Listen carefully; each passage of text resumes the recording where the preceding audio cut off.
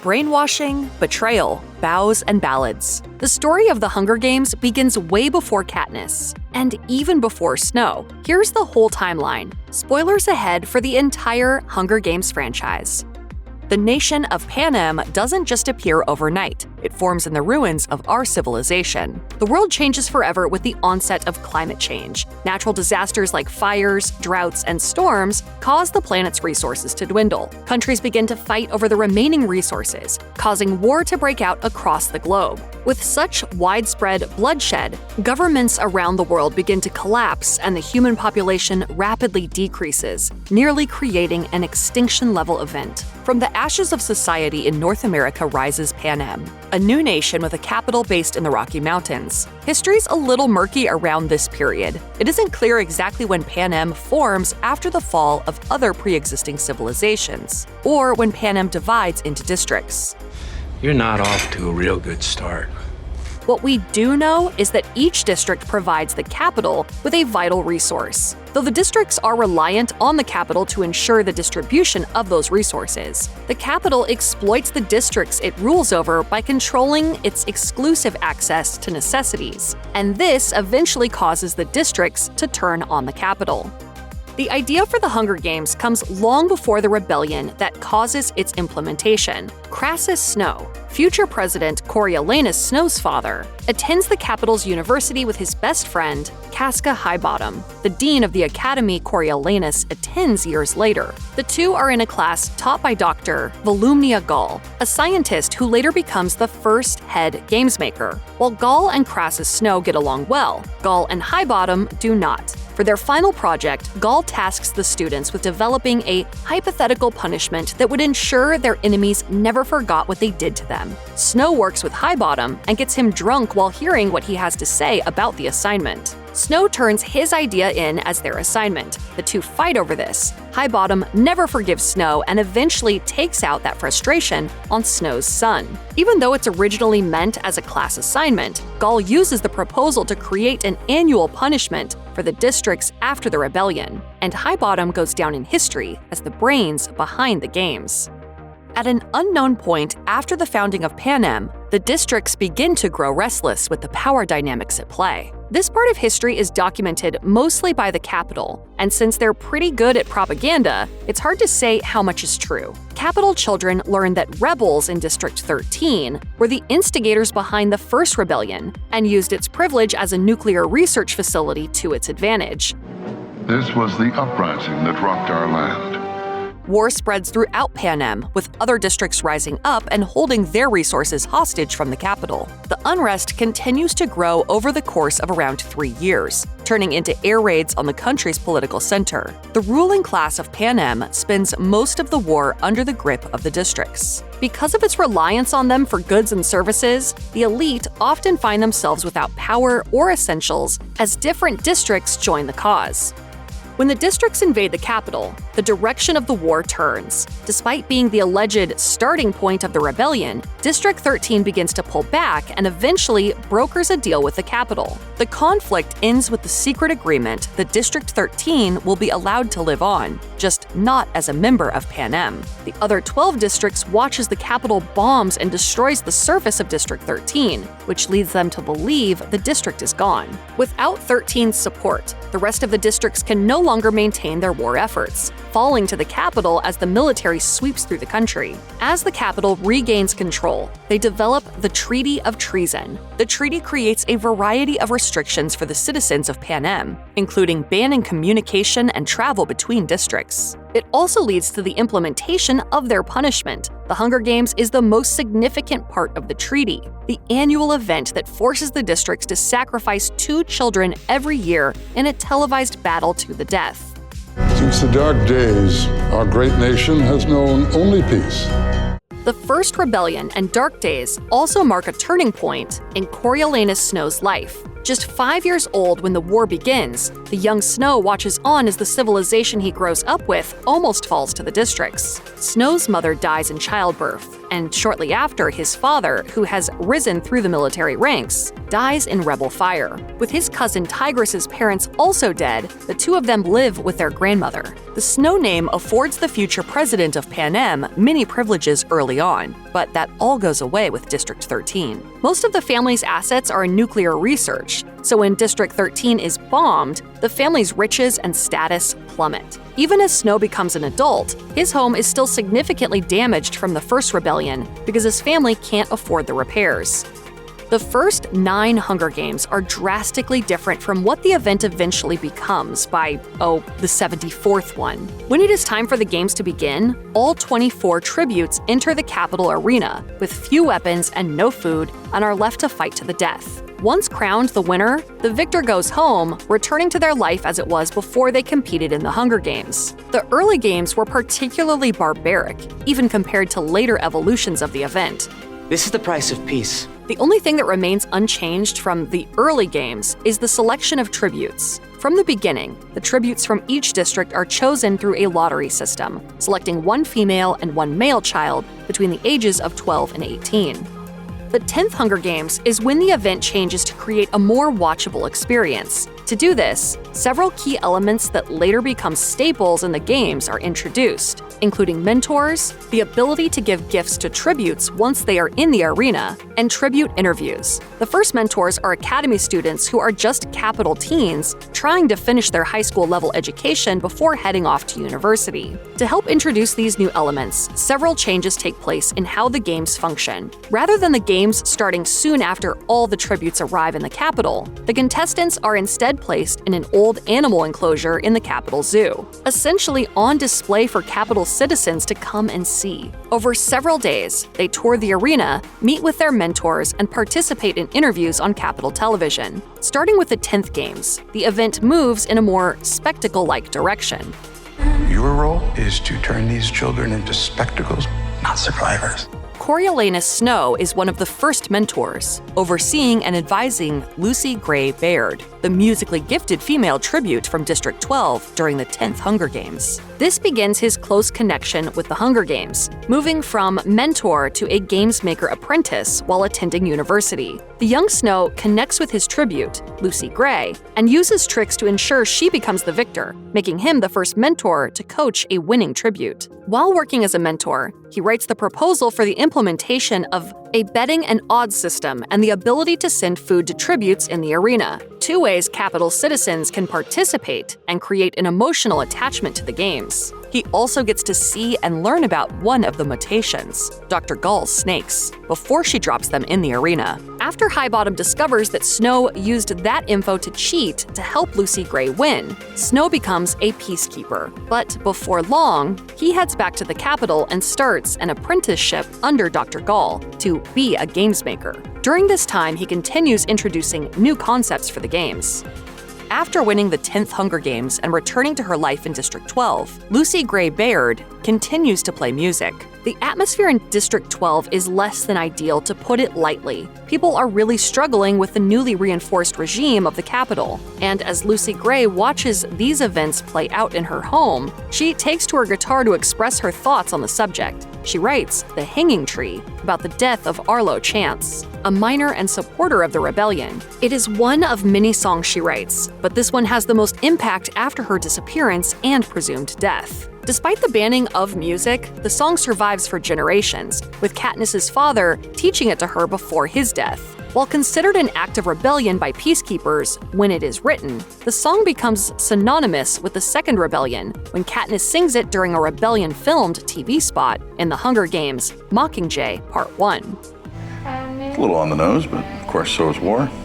When it comes time to select tributes for the 74th Annual Hunger Games, everything proceeds as usual, until Primrose Everdeen is drawn as the female tribute for District 12. Prim is only 12 years old, meaning this is her first year of eligibility for the games, and has already had to endure the loss of her father in a mining accident years prior. Unwilling to allow Prim to be selected for almost certain death, her older sister, Katniss Everdeen, volunteers to compete in her place. Peeta, the son of a local baker, is chosen as the male tribute from District 12. Although both Katniss and Peeta know only one of them will make it out of the arena, they grow fond of one another in the days leading up to the games. During their training, Katniss establishes herself as an accomplished archer, while Peeta impresses his fellow tributes with his natural strength and his uncanny ability to paint tree bark.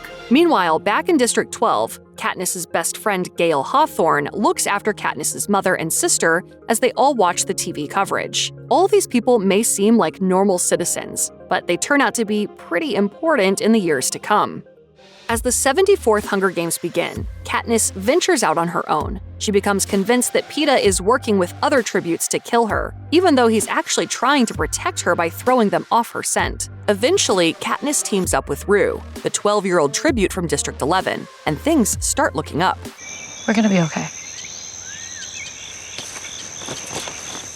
Unfortunately, they aren't okay. Rue is killed, and Katniss mourns her by covering her body with flowers, an action that galvanizes District 11. Following Rue's death, a change to the rules is announced. 2 victors may be crowned this year, provided they're from the same district. Peeta and Katniss promptly team up to defeat the other tributes. This strategy wins the hearts of Capitol sponsors, who enjoy what they perceive as a blooming romance between the two. Thanks to the timely supplies they send, some very quick thinking, and a fair amount of luck, Katniss and Peeta become the final 2 tributes standing. But then, the announcer reveals that the previous rule change has been undone. Only one of them will be allowed to leave the arena alive. Neither Katniss nor Peeta is willing to kill the other, so they resolve to kill themselves by eating poisonous berries. Panicked at the thought of not having a victor at all, the announcer changes the rules yet again to allow for 2 victors, ending the games. Head game maker Seneca Crane is subsequently executed by President Coriolanus Snow for this decision.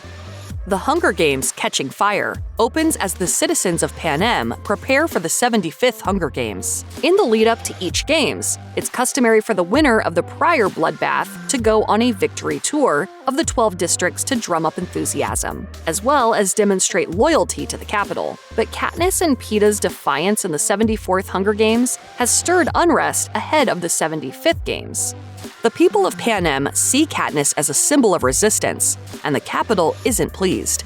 Before Katniss and Peeta leave on their tour, President Snow tells Katniss she needs to convince the public that her attempt to subvert the rules by eating the berries was motivated solely by love for Peeta, or he will kill her family. It must be a fragile system if it can be brought down by just a few berries. Yes, it is indeed. But not in the way you imagine it. Katniss and Peeta do their best to present themselves as a legitimate couple during their tour, but it's not enough to quench the anger of the districts, which is spreading like wildfire. It doesn't help that Katniss isn't a very convincing actress, and also prone to acting impulsively. She intervenes in several instances of Capitol-sanctioned brutality. This only strengthens the public's perception of her as the Mockingjay, a potent symbol of freedom and rebellion.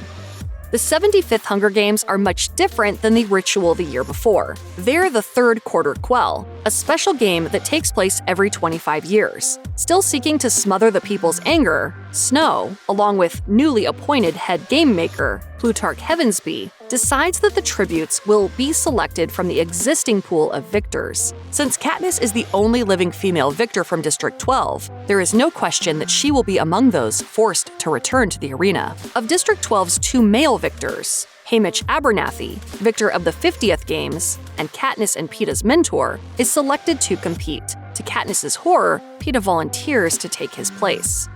Once they've arrived at the Capitol, the mood of the 75th Hunger Games tributes is revealed to be markedly different than that of previous years. Already having survived 1 round of brutality, this group is rightfully angry that instead of being allowed to live out their lives in peace and comfort, they are instead being sent back into the arena. As they're older and considerably more experienced than the children typically selected for the games, these tributes boldly try a number of tactics to get the game shut down. Unbeknownst to Katniss, secret resistance ally Plutarch Heavensbee meets with Haymitch, as well as a number of other tributes, to conspire about what will happen if the games proceed. Under instructions from President Alma Coin, leader of District 13, which not only exists but is actively plotting a rebellion, Heavensbee, Haymitch, and several tributes including Finnick and Joanna devise a plan to extract Katniss and Peeta from the games once they are underway. The 75th Hunger Games circular arena has a large lake in the center and is divided into 12 wedges. This time, Katniss and Peeta immediately team up and are quickly joined by Finnick and elderly Mags. Although Mags soon sacrifices herself to save the others, the rest survive and are joined by Joanna, along with Wyrus and Beetee from District 3. An accomplished engineer, Beetee devises a plan to use one of the arena's precisely timed traps to their advantage. Using a spool of copper wire, he intends to harness the electricity from a lightning strike to electrocute the other tributes. How do we know the wire's not going to burn up? Because I invented it.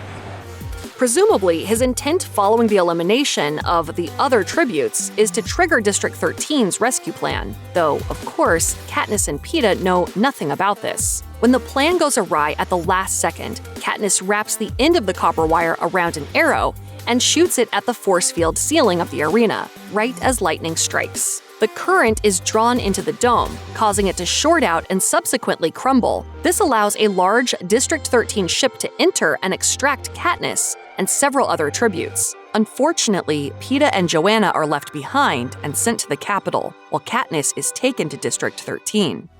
Unable to be rescued by District 13, Peeta and Joanna are interrogated and tortured by the Capitol. Peeta doesn't know anything about the Resistance, but Snow rightly assumes he can use him as leverage to influence Katniss. Through a number of televised propaganda spots filmed in the Capitol, Katniss sees Peeta become ever more alarmingly brainwashed. During this time, another former winner, Annie, Krystle, and Joanna are also tortured by the Capitol, although they are not shown on television as Peeta is. But the Capitol's actions are even worse than they think. When he isn't filming propaganda spots, Peeta is being subjected to vicious brainwashing techniques, which cause him to become fearful of Katniss.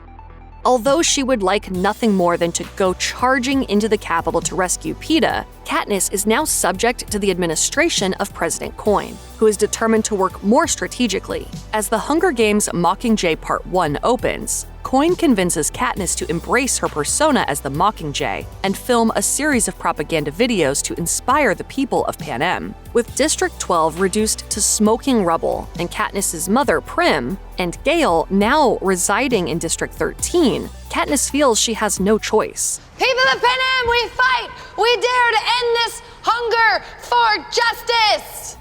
Unfortunately for Coin, Katniss is no more convincing when delivering scripted monologues for a cause she believes in than one she doesn't. However, she is occasionally inspired to improvise and manages to give a few impassioned speeches that successfully rally the districts. Once again, Snow doesn't like what Katniss is up to, and he finally orders an airborne attack on District 13. Peeta is able to regain control of himself just long enough to warn Katniss and the other residents of the district to take shelter, resulting in far fewer casualties than there otherwise would have been.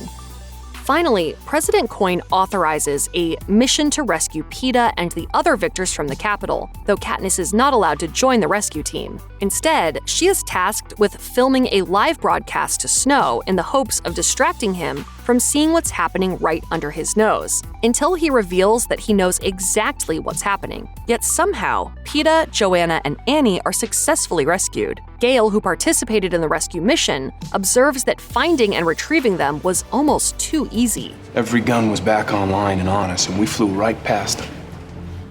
They let us go. The reason for this is made clear when Katniss eagerly rushes to reunite with Peeta, only to have him viciously attack her. At this point, it becomes clear to the Resistance that Snow has brainwashed Peeta into wanting to kill Katniss, then allowed him to be rescued. While the Resistance's doctors work diligently to counteract Peeta's brainwashing, Katniss is told she will have to keep her distance for the safety of them both.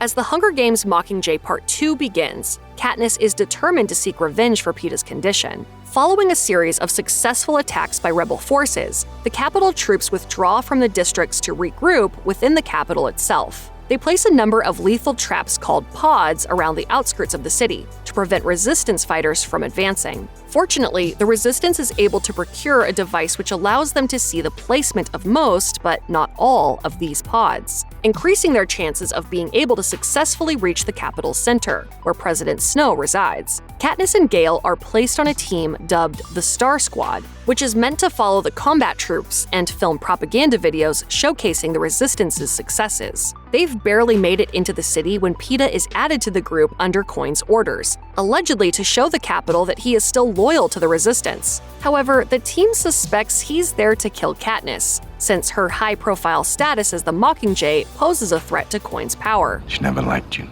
She doesn't like anybody or anything she can't control. So she would put my life in danger? But despite their misgivings, the group pushes deeper into the city. Unfortunately, between the pods and Peeta's violent programming, this mission proves deadly for most of the team, including Finnick. Only Katniss, Gale, Peeta, and a couple members of the camera crew make it to the center of the Capitol alive. Realizing that the Capitol is losing the war, President Snow invites the remaining Capitol citizens to gather around his mansion and bring the children toward the gates, in the hopes that a human shield will dissuade the rebels from fighting their way inside. But as Katniss and Gale work their way toward the mansion, disguised as civilians, fighting breaks out. They're separated when Gale is arrested by Capitol peacekeepers. Alone, Katniss nearly makes it to the gates of President Snow's mansion, but as the Capitol's citizens desperately pass their children forward through the crowd, bombs are dropped from a Capitol airship, blasting Katniss off her feet. When she opens her eyes, she sees all the dead and wounded civilians, and the volunteer medics who have rushed in to treat them. Just as Katniss spies Prim among the medics, a second wave of bombs goes off, knocking Katniss out.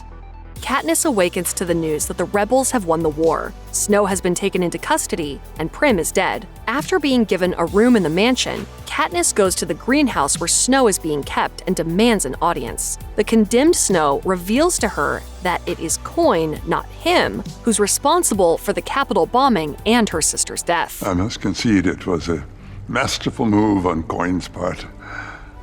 Horrified, Katniss realizes that Gale was likely the one who gave Coin the idea, driving a permanent wedge between them. Later, during a meeting with the leaders of the Resistance, several of the remaining victors are appalled when Coin suggests a new Hunger Games. Capitol children will be the tributes this time, in order to satiate the people's need for revenge without giving in to massive bloodshed. Katniss votes in favor of these new games, on the condition that she be the one to execute Snow. But when the time for this execution comes, Katniss kills Coin instead. She has realized that allowing Coin to remain in charge will only lead to more of the same oppressive conditions that got them into this situation. Snow is subsequently killed by the angry spectators.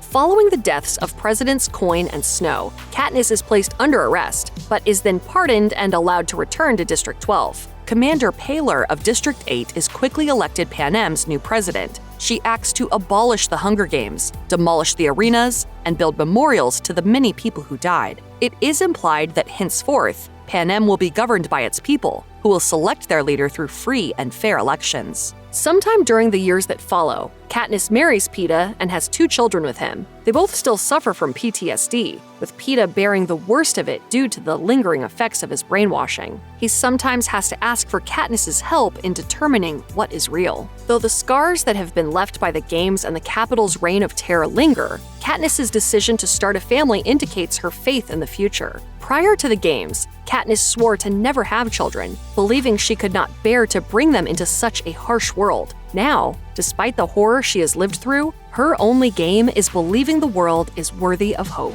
Gets a little tedious after all these years, but there are much worse games to play.